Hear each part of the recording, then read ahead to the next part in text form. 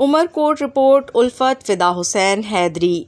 उमरकोट के इलाके पठोरों के करीब मिथराव केनाल के सहराब ब्रांच में गुज़िश्ता एक माह से पानी की अदम फराहमी के ख़िलाफ़ इलाका मकीनों लाल मोहम्मद शर, सलाउद्दीन शर, कासिम शर और दीगर की क़यादत में एहतजाजी मुज़ाहिरा किया गया। तहसील पठोरो शहर के करीब मिथराव केनाल से निकलने वाली सहराब ब्रांच में गुज़िश्ता एक माह से पानी नहीं आ रहा, जिसकी वजह से ब्रांच में रेत उड़ना शुरू हो गई है, जिससे इलाका मकीन शदीद परेशानी में मुब्तला हैं।